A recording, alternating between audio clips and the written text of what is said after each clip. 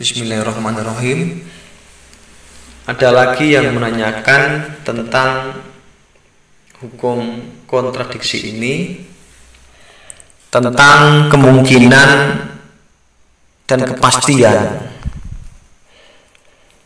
Karena hukum kontradiksi berbunyi dua sifat tidak mungkin ada pada satu benda, maka pasti satu benda itu punya satu sifat. Dua sifat tidak mungkin ada dalam satu benda, maka pasti benda yang satu tersebut di dunia ini tidak mungkin punya sifat ganda. Tidak mungkin benda itu kecil dan besar, tidak mungkin.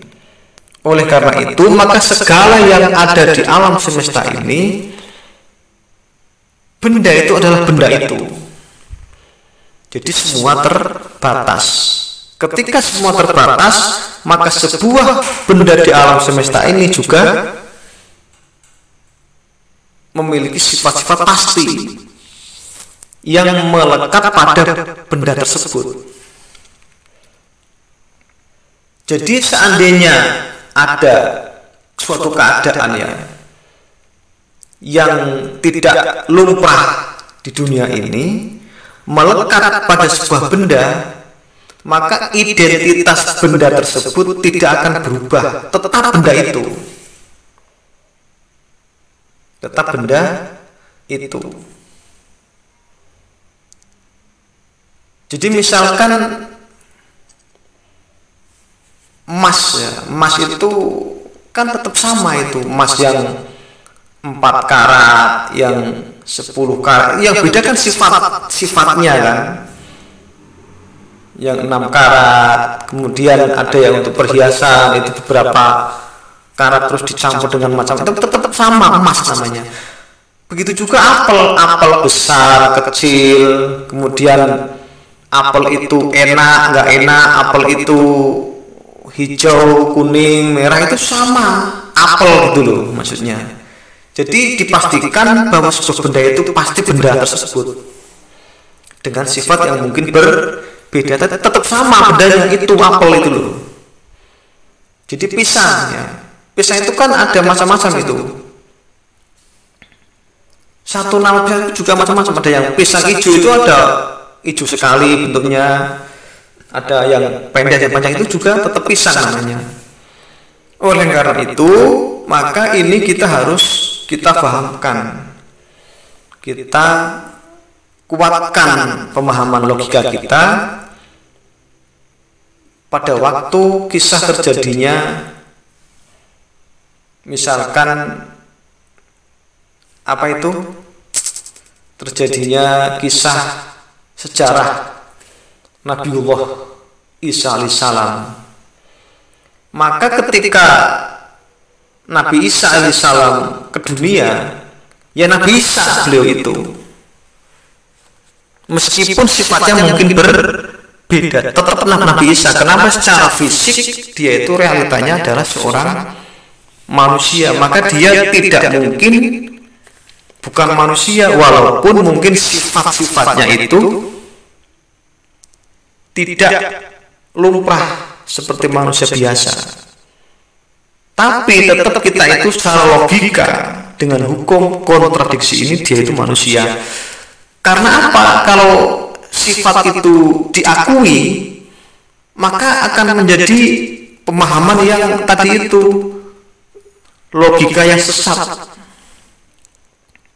Supaya tidak sesat logika, maka logika kontradiksi ini, hukum ini harus kita terapkan. Kalau tidak, setiap orang akan punya persepsi dan itu dipremiskan kemudian menjadi sebuah keadaan logika yang tentu nggak logis seharusnya, tetapi dipaksakan logika.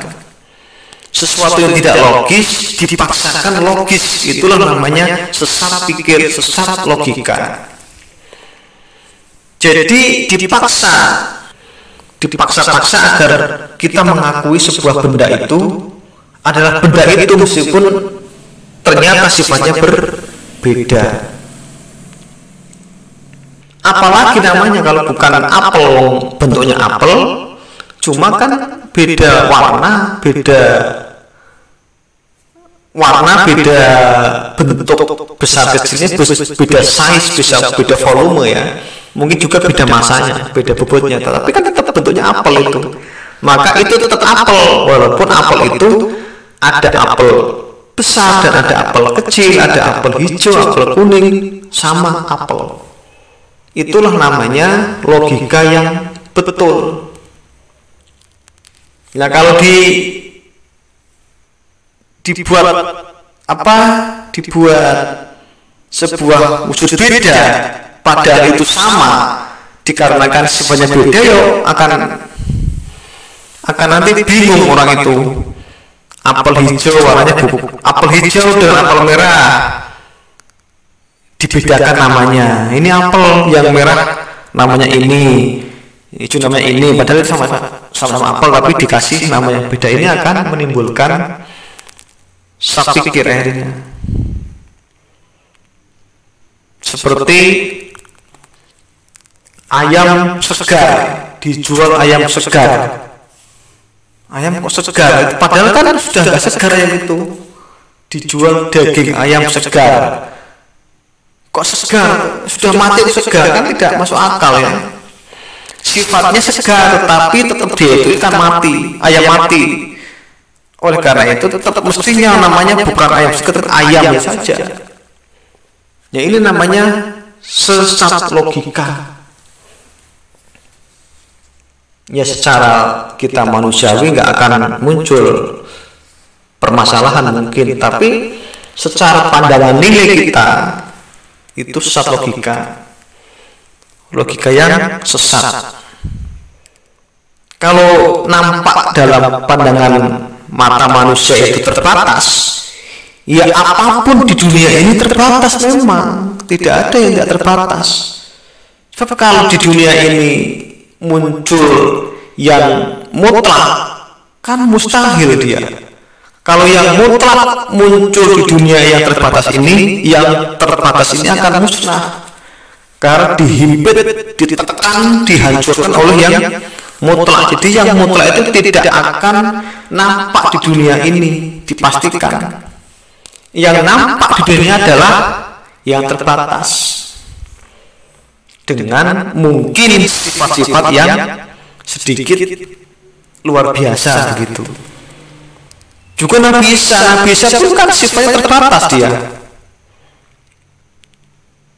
Sifatnya terbatas, berpotensi terbatas. Kenapa? Karena badannya terbatas. Jadi oleh karena itu maka Nabi Isa AS itu dalam Islam tetap disebut sebagai manusia. Kenapa? Karena apa yang dia kuasai, kompetensi yang dikuasai memungkinkan terjadinya keterbatasan. Jadi misalkan Nabi Isa itu boleh atau bisa menghidupkan orang yang sudah mati, kan? Memungkinkan terjadi karena itu manusia, memungkinkan terjadi dia suatu ketika tidak bisa melakukan lagi atau melakukan menghidupkan orang mati lagi, memungkinkan terjadi begitu dalam pengetahuan ini. Kenapa? Karena badannya manusia, atau juga memiliki sifat-sifat lain yang mungkin lebih dari yang kita tahu. Tapi karena badannya itu manusia, sifatnya pun dipastikan juga tetap sifat manusiawi. Artinya manusia itu dia tidak mutlak gitu loh, tetap manusia. Keterbatasan suatu ketika juga akan dia atau beliau rasakan.